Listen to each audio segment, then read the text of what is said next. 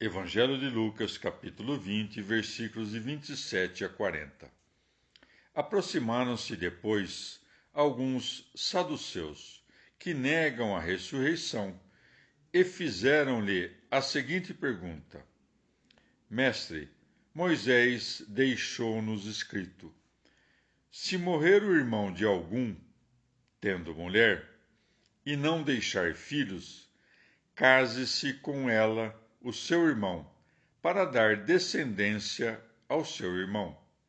Deuteronômio 25, de 5 a 6. Ora, havia 7 irmãos. O primeiro casou e morreu sem filhos. Casou também o segundo com a viúva e morreu sem filhos. Casou depois com ela o terceiro, e assim sucessivamente todos os 7, e morreram sem deixar filhos. Morreu, enfim, também a mulher, depois de todos eles. Na ressurreição, de qual deles será ela mulher, pois que foi de todos os 7? Jesus disse-lhes: os filhos desse século casam e são dados em casamento, mas os que forem julgados dignos do século futuro e da ressurreição dos mortos, nem os homens desposarão mulheres, nem as mulheres homens, porque não poderão jamais morrer, porquanto são semelhantes aos anjos e são filhos de Deus, vistos serem filhos da ressurreição. Que os mortos hajam de ressuscitar, o mostrou também Moisés à proposição da sarça, quando chamou ao Senhor o Deus de Abraão, o Deus de Isaque e o Deus de Jacó. Êxodo 3:6. Ora, Deus não é Deus dos mortos, mas de vivos, porque para ele todos são vivos. Alguns dos escribas disseram-lhe: Mestre, falaste bem. Dali em diante, não se atreveram mais a interrogá-lo. Palavra da salvação. Comentário Lucas 20, de 27 a 40. São Beda.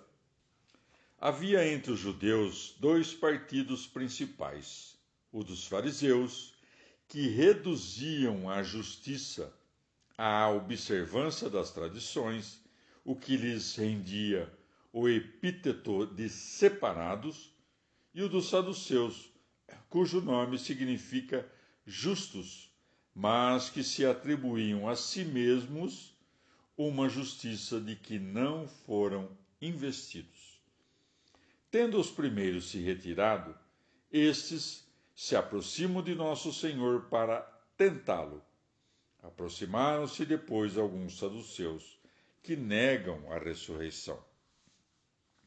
Saíram-se com esta fábula, com o fito de taxar de louco quem quer que afiançasse a ressurreição dos mortos. Com essa torpe invencionice, intentavam negar a verdade da ressurreição, pelo que acrescem: na ressurreição, de qual deles será ela a mulher, pois que o foi de todos os 7? Ou esses 7 irmãos figuram os condenados que, durante toda a sua vida, que se compõe de semanas de 7 dias, ficam estéreis de boas obras. Eles são tomados sucessivamente pela morte, e a vida mundana de que desfrutavam passa de um a outro, até o último, como uma esposa estéril. Entenda-se que hão de ressuscitar não apenas aqueles que forem julgados dignos da ressurreição, ou aqueles que não se casaram, senão também todos os pecadores, para quem igualmente não haverá casamento. Ademais, nosso Senhor, querendo nos inspirar um vivo desejo pela glória, não fala aqui senão dos eleitos. Ou então, são semelhantes aos anjos e são filhos de Deus, porque, renovados com a glória da ressurreição, hão de fruir da visão eterna de Deus, livres do medo da morte, sem nódoa de corrupção ou vicissitude da vida presente.